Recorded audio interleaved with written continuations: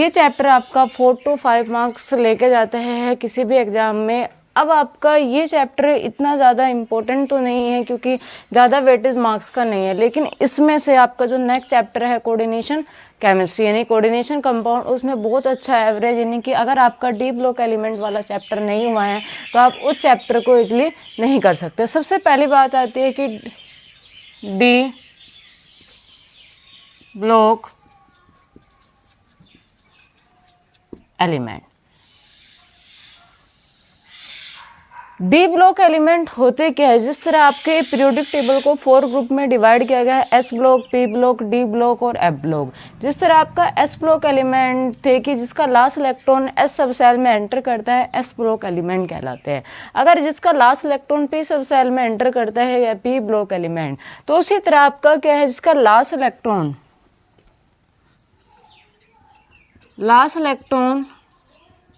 Enter D sub cell, यानी कि जिस भी एलिमेंट का last electron D sub cell में एंटर करता हो is known as D block element. यानी कि लास्ट इलेक्ट्रॉन आपका डी सब सेल में एंटर करता है उसे क्या कहेंगे, डी ब्लॉक एलिमेंट। और जो इनका जनरल इलेक्ट्रॉनिक कॉन्फ़िगरेशन होता है, general electronic configuration of D block, वो आपका होता है n-1 d 1 to 10 ns1 2। ये डी ब्लॉक एलिमेंट का जनरल इलेक्ट्रॉनिक कॉन्फ़िगरेशन होता है। अब आपके पास जो डी ब्लॉक एलिमेंट है,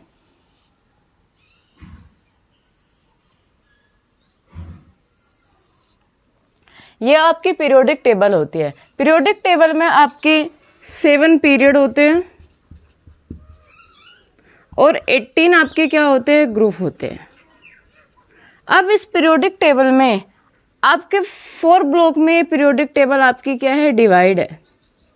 इस तरह की आपको कुछ वर्टिकल और कुछ हॉरिजॉन्टल लाइन इस पीरियोडिक टेबल में आपको मिलती है।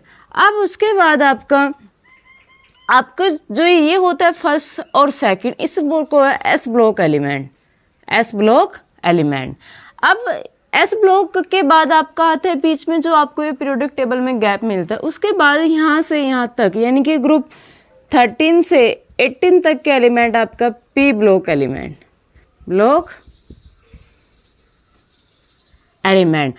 जो डी ब्लॉक एलिमेंट है वो एस और पी, जो आपको ये बीच में गैप दिख रही है D block element, D block. यानी कि डी ब्लॉक को पीरियोडिक टेबल में एस ब्लॉक और पी ब्लॉक के बीच में रखा गया है। यानी कि आपका ग्रुप 3 से लेके 12 तक जितने भी ग्रुप आते हैं उन सब के एलिमेंट कौन से है, डी ब्लॉक एलिमेंट है। और आपका जो 4th ब्लॉक है, जो आपका पीरियोडिक टेबल से नीचे 2 लाइन इस तरह आपको मिलती है, वो आपका होता है एफ ब्लॉक। तो डी ब्लॉक को आपको पीरियोडिक टेबल में एस एंड पी ब्लॉक के बीच में रखा है। मोस्टली डी ब्लॉक के जितने भी एलिमेंट है मोस्टली क्या है, मेटलिक कैरेक्टर, यानी कि मोस्टली क्या है, मेटल है। अब देखते हैं जो डी ब्लॉक एलिमेंट है,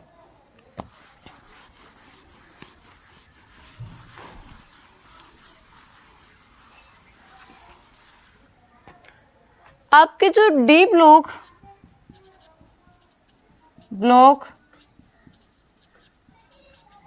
एलिमेंट है, डी ब्लॉक एलिमेंट को आपको कुछ सीरीज में डिवाइड किया गया। एक होती है 3D सीरीज, सेकंड होती है आपकी 4D सीरीज, थर्ड होती है आपकी 5D सीरीज और फोर्थ होता है आपकी 6D सीरीज। यानी कि डी ब्लॉक को एलिमेंट को 4 सीरीज में कैटेगराइज किया गया है, 3D series, 4D series, 5D series और 6D सीरीज। अब आपकी जो 3D सीरीज होती है, यानी कि जिसका लास्ट इलेक्ट्रॉन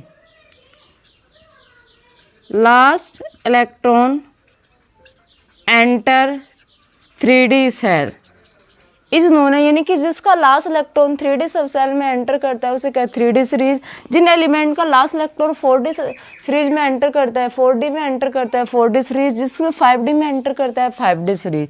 अब जो आपको 3d सीरीज होती है वो स्कैंडियम आपकी स्कैंडियम से लेकर जिंक तक जाती है, यानी कि एटॉमिक नंबर 21 से 30 तक के एलिमेंट आपके 3d सीरीज में आते हैं, स्कैंडियम से लेके आपका जिंक तक। 4d सीरीज आपकी एट्रिडियम से स्टार्ट होती है और कैडमियम पे होती है, यानी कि एटॉमिक नंबर 39 से 48 तक के एलिमेंट आपके 4d सीरीज में आते हैं। अब 5d सीरीज में आपका एटॉमिक नंबर 57 से 80 तक के एलिमेंट आपके 5d सीरीज में आते हैं, यानी कि आप कह सकते हो लैंथनम से लेके मरकरी तक के आपके एलिमेंट 5d सीरीज में आते हैं।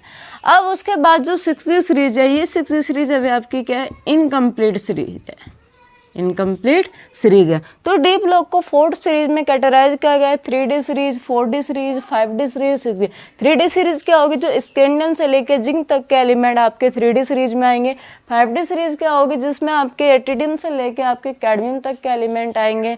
5d सीरीज में आपके क्या लैंथेनियम से लेकर आपके मरकरी तक के एलिमेंट इस सीरीज में आएंगे। अब देखते हैं ऐसे कौन कौन से एलिमेंट हैं।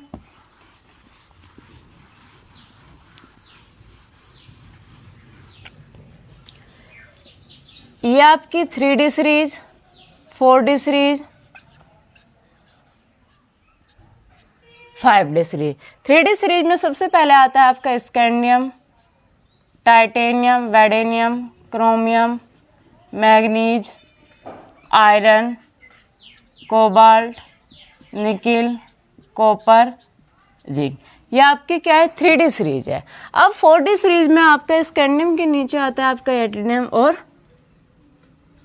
लैंथेनियम। अब इसके बाद टाइटेनियम के यहाँ पे आता है जिरकोनियम और यहाँ पे आता है आपका होपनियम, जिरकोनियम और होपनियम। उसके बाद आता है आपका NbTa। क्रोमियम के बाद आता है आपका मोलिब्डेनम और टंगस्टन।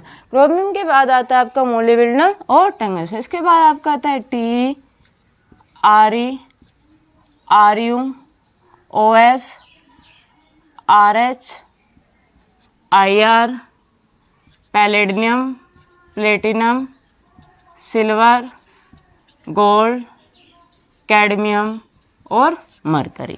ये आपकी क्या है, 3d सीरीज है, ये आपकी क्या है, 4d सीरीज है, ये आपकी क्या है, 5d सीरीज है।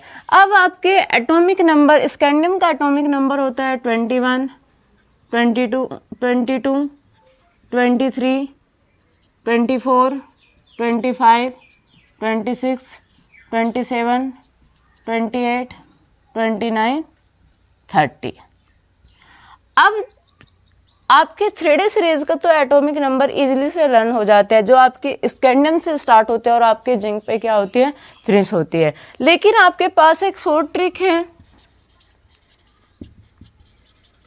कि अगर आप 3d सीरीज से 4d सीरीज में आ रहे हो स्कैंडियम वाली सीरीज को छोड़कर, यानी कि अगर आप 3d सीरीज से 4d सीरीज में एंटर कर रहे हो, 4d सीरीज से आप 5d सीरीज में एंटर कर रहे हो, स्कैंडियम वाली यानी कि आपकी जो स्कैंडियम वाली ये सीरीज है, इस सीरीज को छोड़कर अगर आप 3d से 4d सीरीज में एंटर कर रहे हो तो आपको ऐड कितना करना है, 18 ऐड करना है। अगर आप 4d सीरीज से 5d सीरीज में एंटर करना है तो आपको ऐड कितना करना है, 32 ऐड करना है। तो आप इजीली से 4d सीरीज के एलिमेंट और 5d सीरीज के एलिमेंट का इजीली से एटॉमिक नंबर को क्या कर सकते हो, लर्न कर सकते हो। देखिए जिंक का एटॉमिक नंबर है 13, यानी कि ये 3d सीरीज है। जैसे कि मैं 3d सीरीज से 4d सीरीज में आ रही हूँ तो मुझे ऐड कितना करना है, 30 में 18 ऐड करना है। जब मैं 30 में 18 ऐड करूँगी तो मेरे पास कैडमियम का एटॉमिक नंबर कितना आ जाएगा, 48। अब मुझे कैडमियम से यानी कि 4d सीरीज से मुझे किस में आना है, 5d सीरीज में आना है, तो मुझे ऐड कितना करना है, 32। अगर मैं 48 में 32 ऐड करूँगी तो मेरे पास कितना आएगा, 80। तो आप उसी तरह जितने भी बस स्कैंडियम वाली सीरीज को छोड़कर आप ये ट्रिक पूरे सीरीज में अप्लाई कीजिए तो आपको एटॉमिक नंबर इजीली से क्या हो जाएंगे, लर्न हो जाएंगे। अब स्कैंडियम वाली सीरीज में स्कैंडियम का एटॉमिक नंबर है 21, एट्रिडियम का 39 और इसका 57।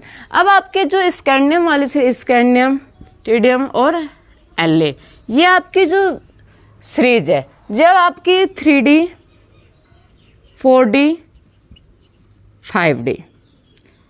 अब देखिए स्कैंडियम का एटॉमिक नंबर है 21, तो 21 में मुझे किसका एटॉमिक नंबर चाहिए, आपका Y का एटॉमिक नंबर चाहिए। तो मुझे ऐड कितना करना है, 80 ऐड करना है। यानी कि अगर मैं 21 में 80 ऐड करूँ तो मेरे पास कितना आ जाएगा 39। तो इसका एटॉमिक नंबर आपके पास कितना है 39।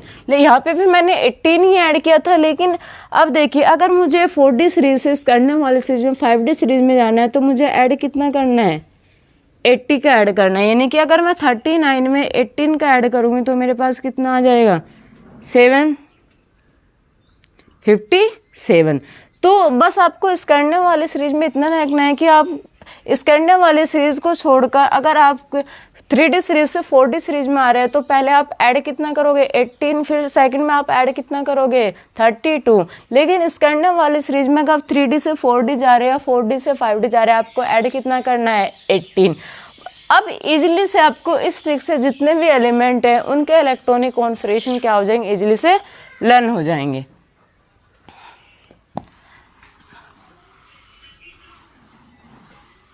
अब देखिए बात आती है कि डी ब्लॉक के बाद ट्रांजिशन एलिमेंट, यानी कि डी ब्लॉक एलिमेंट को ही ट्रांजिशन एलिमेंट की कैटेगरी में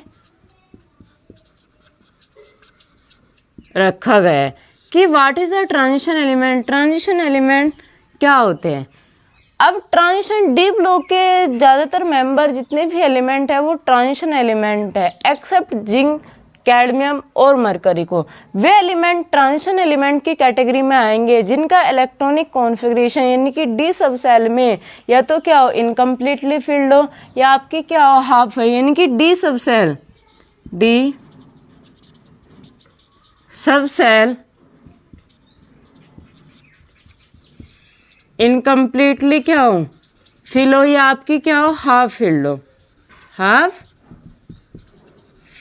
हो या तो क्या हो इनकम्प्लीटली फिल्ड हो या हाफ फिल्ड हो। ऐसे एलिमेंट अगर आपके पीरियोडिक टेबल में डी ब्लॉक में है तो वे किस कैटेगरी में आएंगे, ट्रांजिशन एलिमेंट, चाहे उनकी ग्राउंड स्टेट हो या आपके पास क्या हो सकते हैं या तो ग्राउंड स्टेट हो या आपकी क्या हो एक्साइटेड स्टेट हो।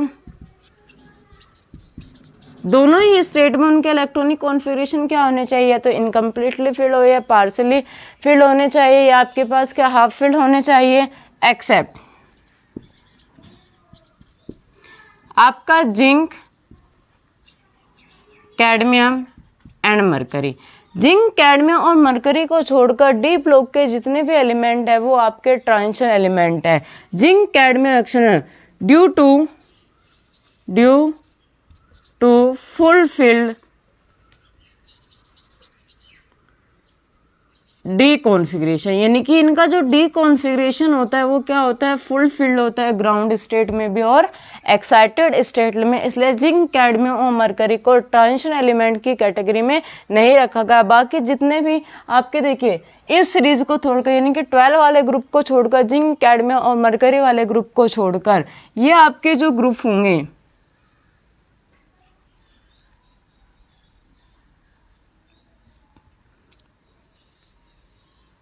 ये वाली आपकी जो सीरीज होगी ये आपकी किसके है non transition element,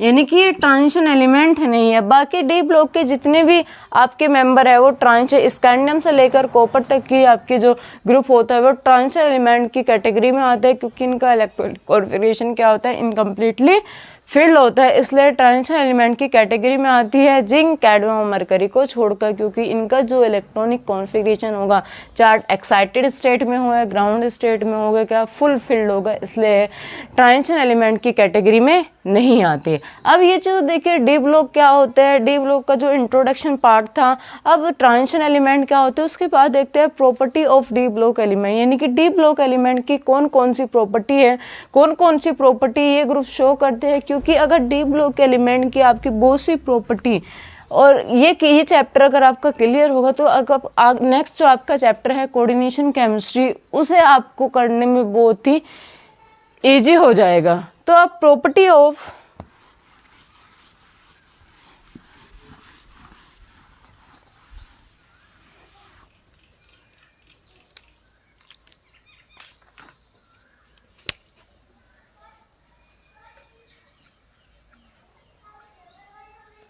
property of D block element. कौन कौन सी property D block element show करते हैं उन्हें डिस्कस करते हैं। तो बहुत सी property D block element show करते हैं, जैसे electronic configuration, oxidation state, density, melting point, boiling point, formation of complex. ये कुछ प्रॉपर्टी है जो डी ब्लॉक एलिमेंट शो करते हैं। क्योंकि इन प्रॉपर्टी को इतना स्टडी क्यों है, क्योंकि इसमें बहुत सारे एक्सेप्शन, सबसे ज़्यादा जो एक्सेप्शन आएंगे वो डी ब्लॉक के एंड में आएंगे। तो आपकी जो फर्स्ट प्रॉपर्टी है वो आपकी है, फर्स्ट आपकी जो प्रॉपर्टी है वो आपकी है इलेक्ट्रॉनिक कॉन्फ़िगरेशन। इलेक्ट्रॉनिक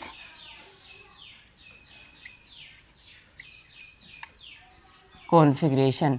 अब डी ब्लॉक एलिमेंट का जो जनरल इलेक्ट्रॉनिक कॉन्फ़िगरेशन होता है वो आपका जनरल इलेक्ट्रॉनिक कॉन्फ़िगरेशन होता है n-1 d1 10 n1 ns2। ये डी ब्लॉक एलिमेंट का जनरल इलेक्ट्रॉनिक कॉन्फ़िगरेशन होता है। क्योंकि डी ब्लॉक एलिमेंट है तो last electron D sub cell में ही एंटर करेगा।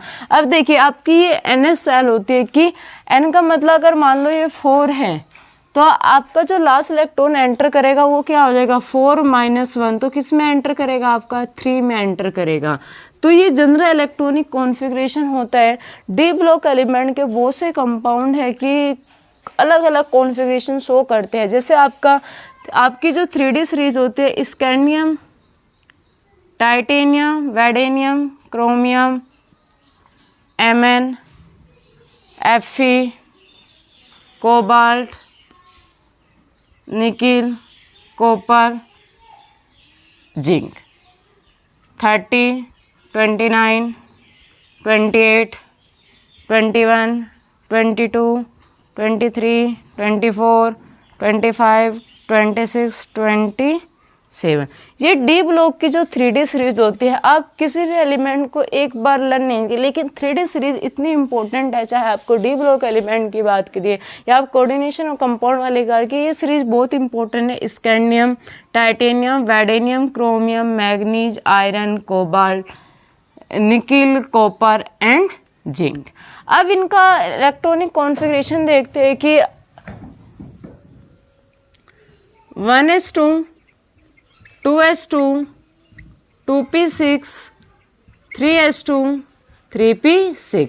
आपके कितने इलेक्ट्रॉन होंगे 2 2 4 6 10 2 12 और 6 18। अब उसके बाद आता है आपका 4s के बाद आपका आता है 3d।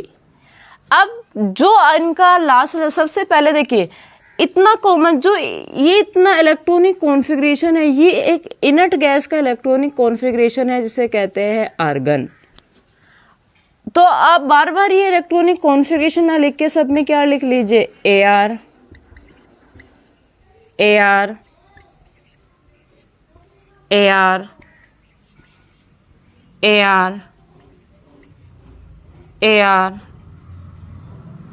AR, AR, AR और AR। अब देखिए डी ब्लॉक के आप करनेंगे 4s और 3d। सबसे पहले एंटर यानी कि आपका इलेक्ट्रॉन 4s में जाए और 3d में। अकॉर्डिंग टू अबाव रूल के अकॉर्डिंग सबसे पहले इलेक्ट्रॉन किस में जाएगा s में जाएगा। तो x में मैक्सिमम कितने इलेक्ट्रॉन आते हैं 2। अब 18 मेरे पास यहाँ पे होगा, 2 यहाँ पे हो गए, तो मेरे पास कितने इलेक्ट्रॉन हो गए 20। अब मुझे 20, मेरा इलेक्ट्रॉनिक कॉन्फ़िगरेशन कितना है 21, तो d में मेरे पास कितना आएंगे 1। तो ये स्कैंडियम का इलेक्ट्रॉनिक कॉन्फ़िगरेशन होता है। तो आपके देखिए 4s 3d, 4s 3d, 4s 3d, 4s 3d, 4s 3d, 4s 3d, 4s 3d, सब में ये चीज़ क्या रहेगी कॉमन रहेगी 4s 3d। अब देखिए स्कैंडियम का आपका इलेक्ट्रॉनिक कॉन्फ़िगरेशन, अब इसके देखिए टाइटेनियम 22, 18 आपका AR का होगा, 2 आपका किस में जाएगा s में 20 और आपका कितना बचे है 2, तो इसमें कितना आएगा आपका 2। अब देखिए आपका वैडेनियम है, s में कितना हो जाएगा 2, तो अब मेरे पास कितने बचे हैं 3, वे आप d में फिल कर दीजिए। अब उसके बाद आता है आपका क्रोमियम। अब क्रोमियम में अकॉर्डिंग टू देखिए हम एस में क्या आ रहे, एस में कितने इलेक्ट्रॉन फिल करते आ रहे, 2 2 2, तो अकॉर्डिंग टू रूल इसमें भी 2 आना चाहिए और इसमें कितना आना चाहिए, 4। लेकिन जो आपका ये इलेक्ट्रॉनिक कॉन्फ़िगरेशन होगा क्रोमियम के केस में, ये इलेक्ट्रॉनिक कॉन्फ़िगरेशन आपका क्या होगा, रॉन्ग इलेक्ट्रॉनिक कॉन्फ़िगरेशन होगा। क्योंकि अगर बात क्रोमियम की आती है,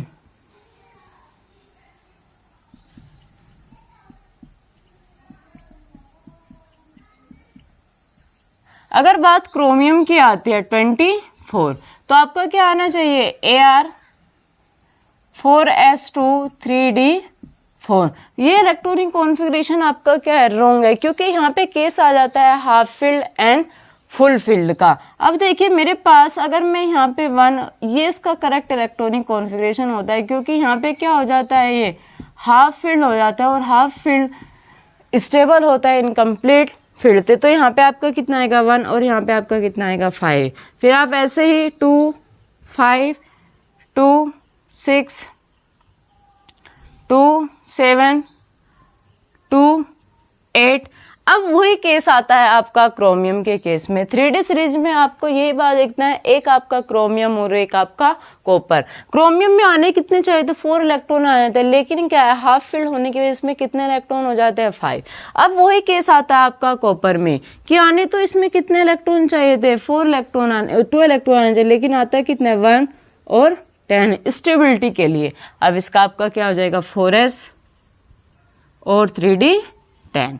अब देखिए आपने 3D सीरीज के मोस्टली एलिमेंट का इलेक्ट्रॉनिक कॉन्फ़िगरेशन देख लिया। अब आपको देखिए सबका जो डी इलेक्ट्रॉनिक कॉन्फ़िगरेशन है, D1 D2 D3 D5 D6 D7 D8, सब में क्या है, इनकम्प्लीट फील्ड है। तो ये सब क्या है, ट्रांजिशन एलिमेंट है एक्सेप्ट जिंक, क्योंकि जिंक का जो इलेक्ट्रॉनिक कॉन्फ़िगरेशन होगा वो क्या है, फुल फील्ड है, इसलिए ट्रांजिशन एलिमेंट की कैटेगरी में नहीं आता। तो ये डी ब्लॉक एलिमेंट का कुछ इलेक्ट्रॉनिक कॉन्फ़िगरेशन थे। अब कभी कभी ये क्वेश्चन आता है कि आपको कोई क्वेश्चन इस तरह पूछा जाता है कि डी ब्लॉक एलिमेंट में ऐसे कौन से एलिमेंट है जो NS1 यानी कि NS1 इलेक्ट्रॉनिक कॉन्फ़िगरेशन शो करते हैं, और ऐसे कौन से एलिमेंट है जो NS0 इलेक्ट्रॉनिक कॉन्फ़िगरेशन शो करते हैं। अब देखिए इस कैडमियम के वैलेंस शेल में कितने इलेक्ट्रॉन है, 2 और 1 3। अब देखिए ऐसे कौन कौन से कंपाउंड हैं,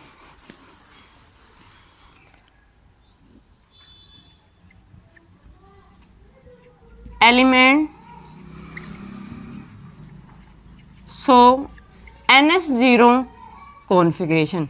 ऐसा कौन सा एलिमेंट है जो इस पीरियोडिक टेबल में NS0 इलेक्ट्रॉनिक कॉन्फ़िगरेशन शो करता है, तो वो आपका एलिमेंट है आपका पैलेडियम, जो आपका किसके बाद आता है, निकिल, पैलेडियम और Pt के बाद में आता है, जिसका इलेक्ट्रॉनिक कॉन्फ़िगरेशन आपका निकिल का कितना होता है, 28। अब 3D सीरीज से आप 4 ऐड कितना करना है आपको, तो आपका इसका कितना आ जाएगा, 46। तो आपका Pd, इसका इलेक्ट्रॉनिक कॉन्फ़िगरेशन आपका कितना है, 46 है। तो आपको देखिए नेक्स्ट सीरीज है, तो आपका क्या आ जाएगा, क्रिप्टन 5s 4d 5s और 4d।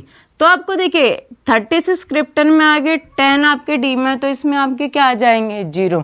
तो पैलेडियम एक ऐसा एलिमेंट है जो NS0 इलेक्ट्रॉनिक कॉन्फ़िगरेशन क्या करता है, शो करता है। अब कुछ ऐसे एलिमेंट है जो आपका NS1 इलेक्ट्रॉनिक कॉन्फ़िगरेशन शो करते हैं, जैसे आपका क्या हो गया, क्रोमियम हो गया, आपका कॉपर हो गया, आपका Ag हो गया, जो NS1 कॉन्फ़िगरेशन शो करते हैं, RH होगा। ये ऐसे कंपाउंड है जो आपका NS1 इलेक्ट्रॉनिक कॉन्फ़िगरेशन क्या करते हैं, शो हो गए। आपका Au हो गया जो NS, क्योंकि कभी कभी आपके PYQ में इस तरह के ऑप्शन दिए होते हैं कि इनमें से फॉलोइंग एलिमेंट कौन सा एलिमेंट है जो NS1 कॉन्फ़िगरेशन को क्या करेगा, शो करेगा।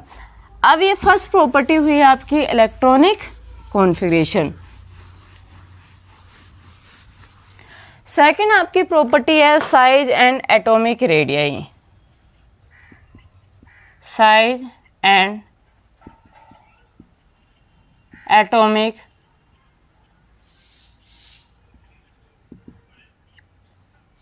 साइज एंड एटॉमिक रेडियाई, जिस तरह आपके इलेक्ट्रॉनिक कॉन्फ़िगरेशन में बहुत सी चीज़ आपने अलग देखने को मिली, उसी तरह आपका क्या होता है साइज एंड एटॉमिक रेडियाई। अब साइज एंड एटॉमिक रेडियाई में आपका साइज क्या होता है, आपका जो एटॉमिक रेडियाई होती है वो डायरेक्टली प्रोपोर्शनल किसके होती है, एटॉमिक रेडियाई डायरेक्टली प्रोपोर्शनल आपके किसके होती है,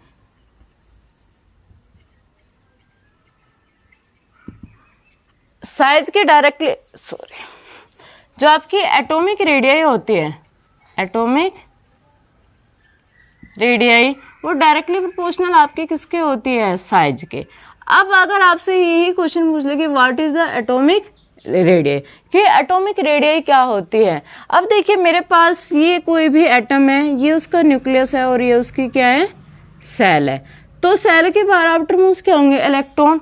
तो न्यूक्लियस से आउटर मोस्ट इलेक्ट्रॉन के बीच की डिस्टेंस को आप क्या कहेंगे, एटॉमिक रेडियाई कहेंगे। अब देखिए एटॉमिक रेडियाई डायरेक्टली प्रोपोर्शनल होती है साइज के।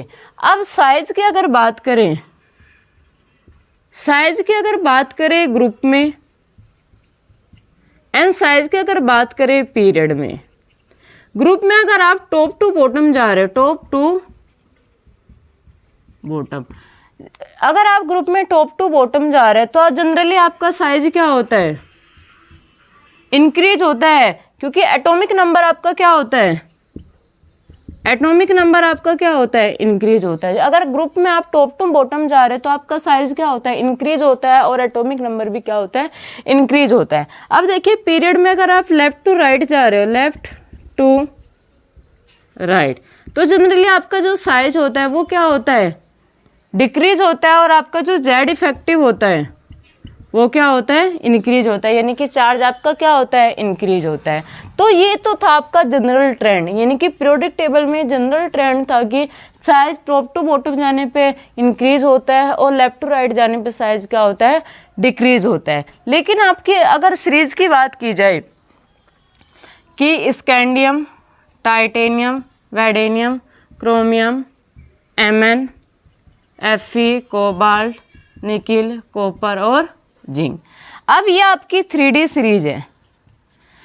तो अब अगर आप लेफ्ट टू राइट जा रहे हैं तो लेफ्ट टू राइट जाने पे जनरली आपका ट्रेंड क्या है, साइज क्या होता है, डिक्रीज होता है। अब देखिए इसमें कुछ एक्सेप्शन तो कुछ ना कुछ ऐसे चीज़ तो होगी जो इस सीरीज को पढ़ाया जा रहा है। अब जनरल ट्रेंड तो हमने बता दिया, लेकिन जब दोबारा से बता जा रहा है तो कुछ ना कुछ तो बात इसमें होगी। अब देखिए जो आपका साइज है स्कैंडियम से लेके मैग्नीज तक आपका जो साइज होगा वो डिक्रीज होता है, आपका साइज क्या होता है, डिक्रीज होता है। और आयरन से लेके निकिल तक आपका जो साइज है ऑलमोस्ट क्या हो जाता है,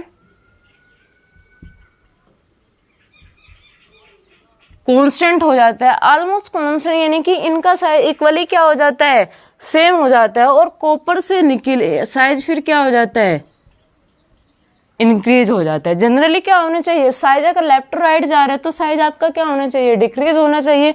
लेकिन क्या है, पहले साइज क्या हो रहा है, डिक्रीज हो रहा है, फिर इक्वल हो रहा है, फिर आपका क्या हो रहा है, इंक्रीज हो रहा है। क्योंकि क्यों हो रहा है, because due to the shielding effect. तो आपका ये उसी तरह एटॉमिक रेडियस डायरेक्टली प्रोपोर्शनल किसके थी, साइज की। तो एटॉमिक रेडियस पहले आपकी क्या होगी, डिक्रीज, फिर क्या हो जाएगी आपकी, इक्वल हो जाएगी। यानी कि इक्वल होने का मतलब है कि आपको थोड़ा बहुत ही डिफरेंस मिलेगा, और फिर एटॉमिक रेडियस आपकी क्या हो जाएगी, इंक्रीज हो जाएगी। तो पहले डिक्रीज, कांस्टेंट, इंक्रीज, ये आपका एटॉमिक रेडियस का भी ऑर्डर होगा। ये तो बात हुई आपकी पीरियड में। लेकिन अगर आप ग्रुप में जा रहे हैं कि आप 3D से 4D सीरीज में और 4D सीरीज से आप किस में जा रहे हैं, 5D सीरीज में जा रहे हैं। तो अगर आप ग्रुप में जा रहे हैं 3D से 4D में जा रहे हैं तो आपका जो साइज होगा वो क्या होगा, इंक्रीज होगा, क्योंकि जनरल ट्रेंड है।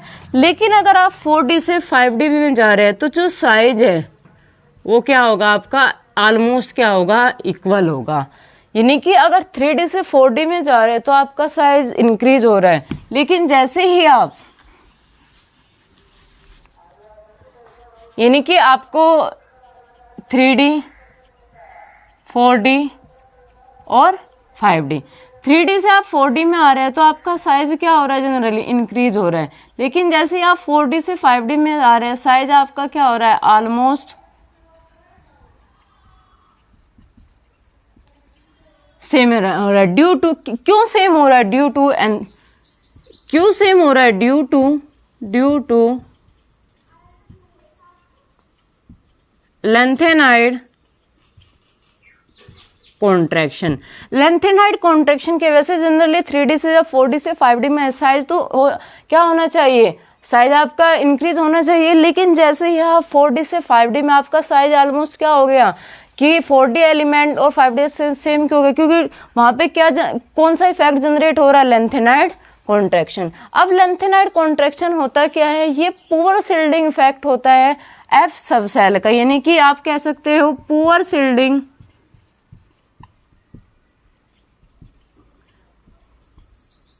इफेक्ट ऑफ एफ सब सेल। ये क्या होता है, पुअर शिल्डिंग इफेक्ट होता है एफ सब सेल का।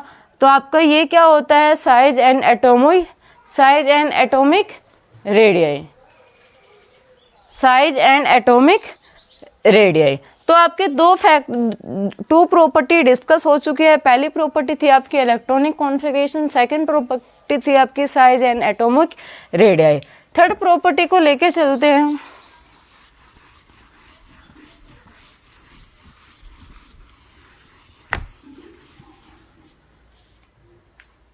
वो है आपकी मेल्टिंग पॉइंट एंड डेंसिटी।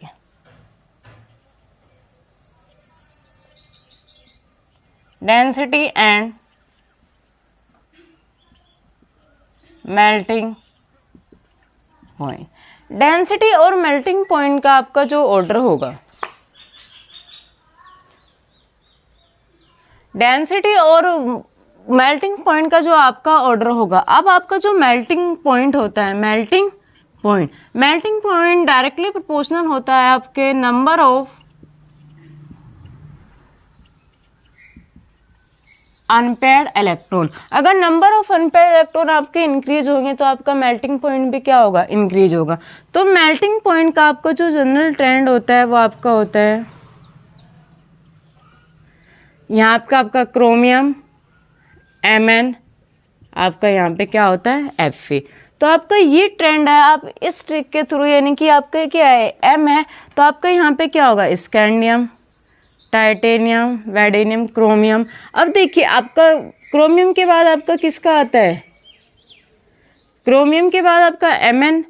अब देखो Mn का मैग्नेट पॉइंट कहाँ पे जा रहा है, आपका यहाँ पे। तो इस ट्रेंड के हेल्प से, इस साइन के हेल्प से आप 3D सीरीज के एलिमेंट का मेल्टिंग पॉइंट इजीली से कर सकते हो। और बात आती है अगर डेंसिटी की, कि डेंसिटी का ऑर्डर क्या होगा। जो आपकी 3D सीरीज होती है, स्कैंडियम, टाइटेनियम,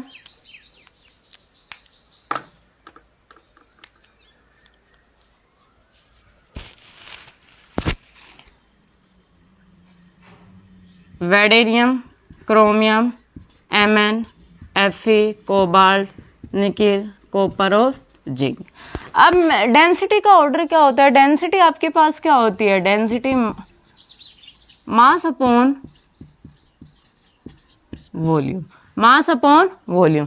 तो आपका जो डेंसिटी का ऑर्डर होगा 3D सीरीज का, तो आप क्या करेंगे, जो डेंसिटी का ऑर्डर होगा आपका वो होगा, आप इस जिंक को आप यहाँ पे ले आइए और इस सीरीज को ऐसे ही अरेंज कर दीजिए। आपका क्या, स्कैंडियम के बाद आपका टाइटेनियम, टाइटेनियम के बाद आपका वैडेनियम, वैडेनियम के बाद आपका क्या आएगा, जिंक, जिंक के बाद आपका क्या आएगा, क्रोमियम, क्रोमियम के बाद आपका क्या, Mn, Fe, CO, Ni, Cu।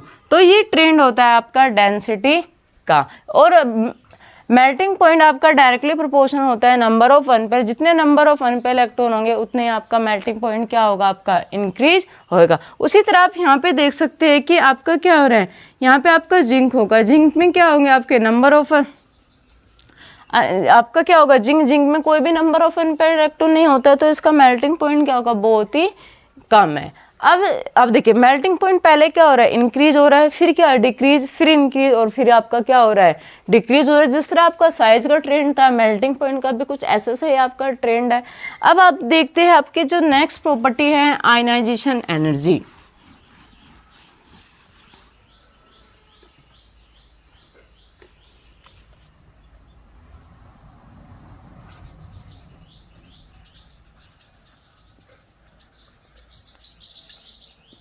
Ionization energy. अब आयनाइजेशन एनर्जी क्या होती है, जिसे डिनोट करते हैं आई ई। आयनाइजेशन किसी भी गैसेस स्टेट में से एक इलेक्ट्रॉन निकालने के लिए जितनी एनर्जी रिक्वायर्ड होती है वो आपकी होती है आयनाइजेशन। यानी कि gases state, isolated gases state में से एक इलेक्ट्रॉन को बाहर निकालने के लिए जितनी रिक्वायर्ड एनर्जी होगी वो आपकी क्या होगी, आयनाइजेशन एनर्जी होगी। अब आयनाइजेशन एनर्जी का आपका जो ट्रेंड है, scandium, titanium, vanadium, chromium, Mn, Fe, cobalt, nickel, copper और जिंक। आयनाइजेशन एनर्जी का जो आपका ट्रेंड होगा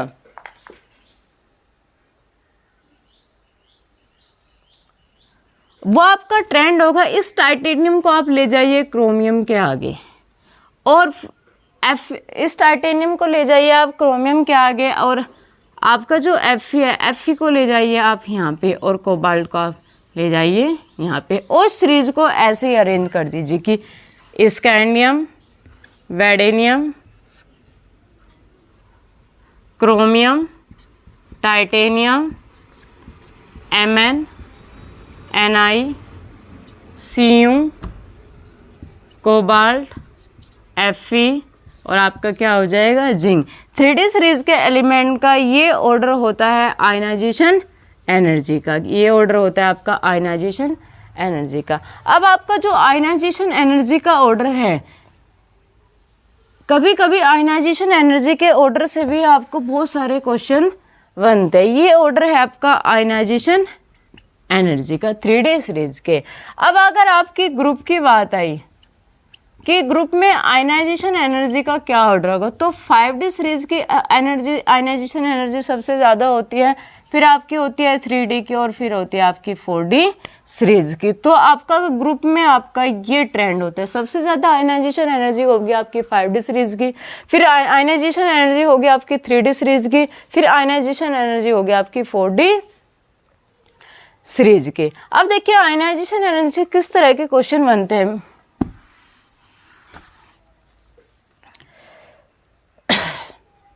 मैं इस ट्रेंड को यहाँ पे लिख रही हूँ, scandium,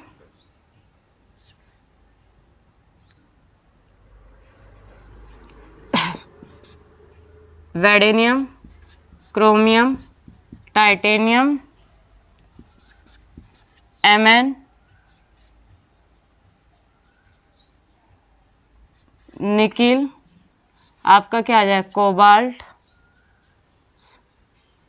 nickel, copper, cobalt, iron और आपका क्या हो जाएगा, जिंक। ये ट्रेंड होता है आपका आयनाइजेशन एनर्जी का 3D सीरीज में। लेकिन आयनाइजेशन एनर्जी के ऊपर आपके किस तरह के क्वेश्चन बनते हैं, वे क्वेश्चन को डिस्कस करते हैं कि मेरे पास 2 एग्जाम्पल, एक तो मेरे पास है कॉपर और मेरे पास है एक जिंक की। क्वेश्चन है कि फर्स्ट आयनाइजेशन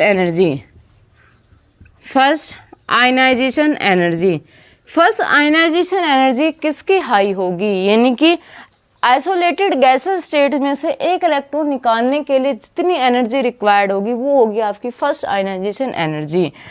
अब सेकंड इलेक्ट्रॉन निकालने के लिए जितनी एनर्जी रिक्वायर्ड होगी सेकंड आयनाइजेशन एनर्जी। तो कॉपर और जिंक में किसके फर्स्ट आयनाइजेशन एनर्जी क्या होगी, ज़्यादा होगी। तो देखते हैं, कॉपर का एटॉमिक नंबर होता है 21 और जिंक का एटॉमिक नंबर होता है 30। अगर मैं इलेक्ट्रॉनिक कॉन्फ़िगरेशन की बात कर रही हूँ,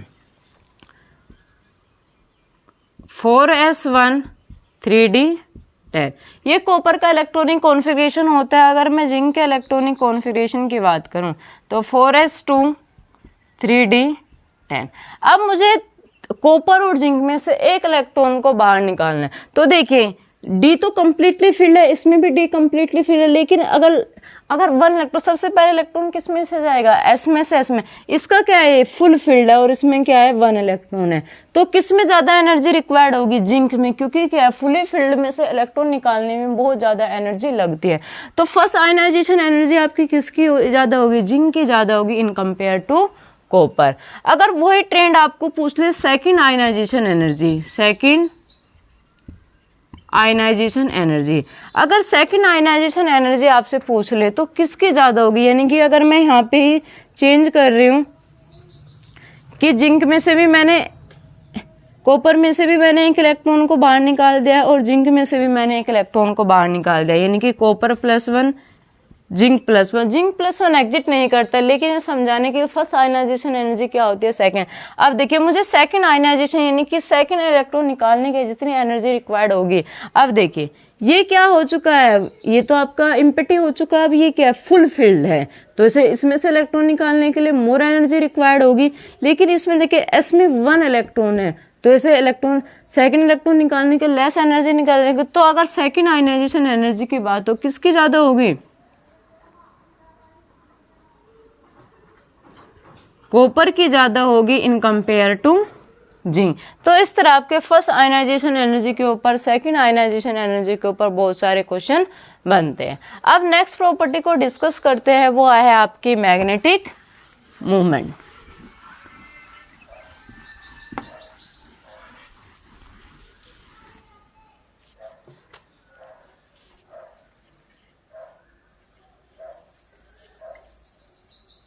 मैग्नेटिक मूवमेंट, मैग्नेटिक मूवमेंट क्या होती है, मैग्नेटिक मूवमेंट को डिनोट करते हैं म्यू से। मैग्नेटिक मूवमेंट यानी कि म्यू डायरेक्टली प्रोपोर्शनल होती है number of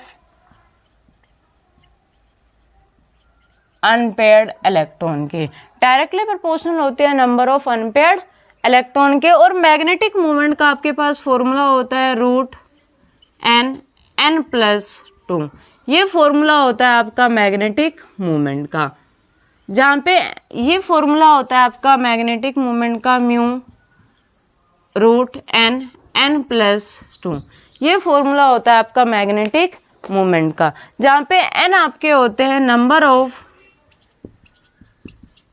unpaired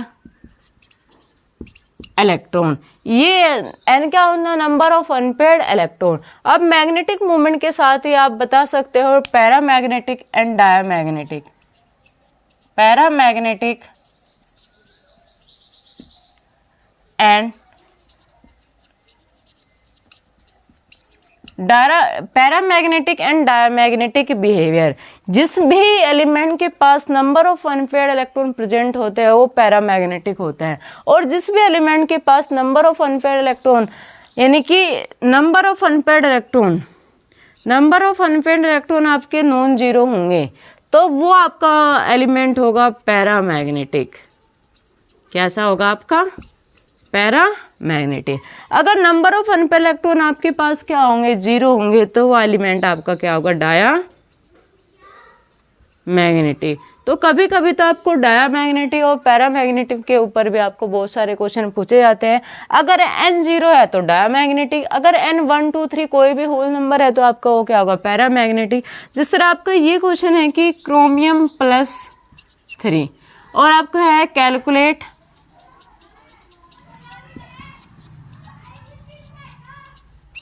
magnetic movement. Chromium +3 में आपको क्या कैलकुलेट करनी है, मैग्नेटिक मूवमेंट। फॉर्मूला आपके पास ही है, तो देखिए क्रोमियम का एटॉमिक नंबर होता है 24। अगर मैं इसके इलेक्ट्रॉनिक कॉन्फ़िगरेशन की बात Ar 4s1 3d5। अब मेरे पास क्रोमियम पे कितना चाहिए, क्रोमियम +3 में है तो 3 इलेक्ट्रॉन, आप 1 इलेक्ट्रॉन यहाँ से जाएगा और आपके 2 इलेक्ट्रॉन वहाँ से जाएंगे, तो आपके पास क्या आ जाएगा, Ar 4s0 3d3। तो डी में आपके पास कितने इलेक्ट्रॉन हैं, 1 2 3। तो नंबर ऑफ अनपेयर्ड इलेक्ट्रॉन क्या है, यानी कि जो इलेक्ट्रॉन पेयर्ड में नहीं है वो आपके क्या हो, नंबर ऑफ कितने आपके पास है, 3। तो आप इस फॉर्मूले में रख के आप मैग्नेटिक मोमेंट की वैल्यू को कैलकुलेट कर सकते हैं। एन की वैल्यू आपके पास कितनी है 3, तो आपका 3 + 2, तो आपके पास मैग्नेटिक मोमेंट की वैल्यू कितनी आ जाएगी √15। तो अब देखिए मैग्नेटिक मोमेंट की वैल्यू, क्योंकि बहुत बार आपको मैग्नेटिक मोमेंट की ही वैल्यू पूछी गई है, समथिंग कितना आएगा 3.87 बोर मैग्नेटो, यानी कि मैग्नेटिक मोमेंट की बोर मैग्नेटो, ये मैग्नेटिक मोमेंट की क्या होती है यूनिट होती है। अब देखिए नंबर ऑफ अनपेयर इलेक्ट्रॉन कितने हैं, तो आपका क्रोमियम +3 क्या है पैरा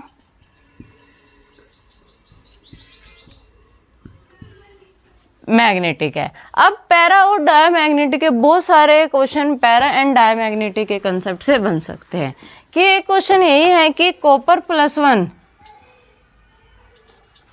डायमैग्नेटिक है, कॉपर +1 डायमैग्नेटिक है, बट कॉपर +2 पैरा वाई, यानी कि कॉपर +1 तो आपको क्या है डायमैग्नेटिक है, लेकिन कॉपर +2 आपका क्या है पैरामैग्नेटिक। एक्सप्लेन कीजिए।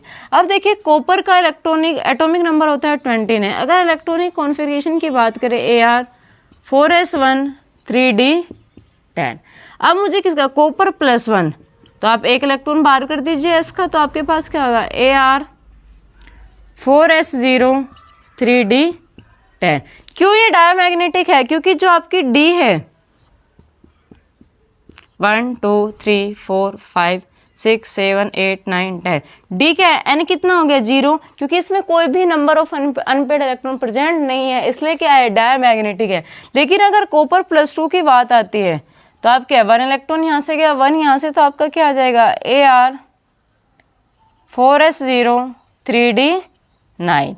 आपका क्या electronic configuration 1 2 3 4 5 6 7 8 9, number of unpaired electron आपके पास कितने हैं 1, इसलिए आपका ये क्या है पैरामैग्नेटिक है क्योंकि अनपेयर्ड इलेक्ट्रॉन प्रेजेंट है, और कॉपर +1 क्या है डायमैग्नेटिक है क्योंकि कोई भी अनपेयर्ड इलेक्ट्रॉन प्रेजेंट नहीं है। तो मैग्नेटिक मूवमेंट के लास्ट में जब क्वेश्चन डिस्कस करेंगे मैग्नेटिक मूवमेंट के ऊपर भी क्वेश्चन है, आपके पैरा और डायमैग्नेटिक के इलेक्ट्रॉनिक कॉन्फ़िगरेशन के बेस पे भी डी ब्लॉक में क्वेश्चन बने हैं।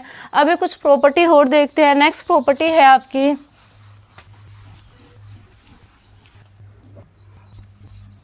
फॉर्मेशन नेक्स्ट कोई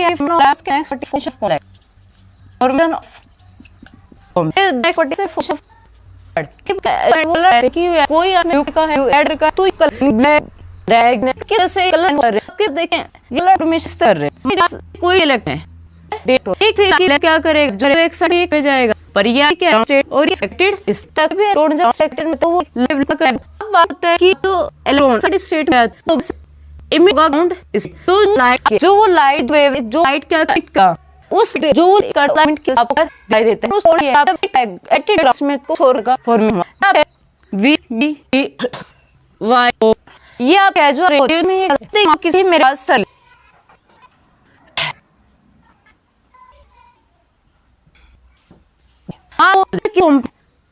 वेट किट के आई कंप्लीट के लाइव जो है उस पे वेट क्या है सब क्या है चले गए। अब बात फिक्सेड चल तो ग्राफ में तो इसमें सेवलाइन आप है कि उस तो से हो गया वेट पोल की प्लेन और वो होगी मैं करूंगी को क्या है वो आपको दिख दे निकल कंप्यूटर का है तो कंप्यूटर आप वी कंप्यूटर कब के क्या है तो ये क्या तो कंप्यूटर के पास होगा मेरा से कंप्यूटर के पास एग्री कमेंटर में है ओ कंट्री के पास है डूंगर का कमेंटर है वाई की एप्स के कमेंट कंप्लीट के आप जो से रिप्लाई कर दी वेवलेंथ का क्या है क्या तो उन्हें और कंप्लीट करते ट्रांजिशन लेंस का colour formation colour formation colour configuration की मिशन आपकी जो फॉर्मेशन ब्लैक कोई फॉर्मेशन क्या अगर too small size building orbit कि डी का साइज स्मॉल डी होता है ये ऑर्बिटल उनका अवेल हो तो इस तरीके से उनका स्टडीज के कॉम का फॉर्म करे इसके कॉलेक्स का कट फॉर्मते हैं क्योंकि डी होते हैं आपके क्या लिंड के किस में लोअर देते हैं ठीक है फिर जो भी कौन देते और बेव लूज बेस इन लिंटर लूज रहते हैं तो लिखो ये लुइस रहते हैं ये पैटर्न भी है अब इसमें क्या हो सकता है कि नेट पेयर पेयर और जो एलोन एक्सेप्ट के लुइस तक सभी एलिमेंट की तरह कर लुइस के टोटल हो के कर इक्विवेलेंट पास करंट बिटल है तो मैट वाली बिटल में होता है अराउंड जैसे अगर क्वेश्चन इम्प्लाई करते हैं। अब कुछ क्वेश्चन डिस्कस करते हैं कि कौन से क्वेश्चन आए हैं।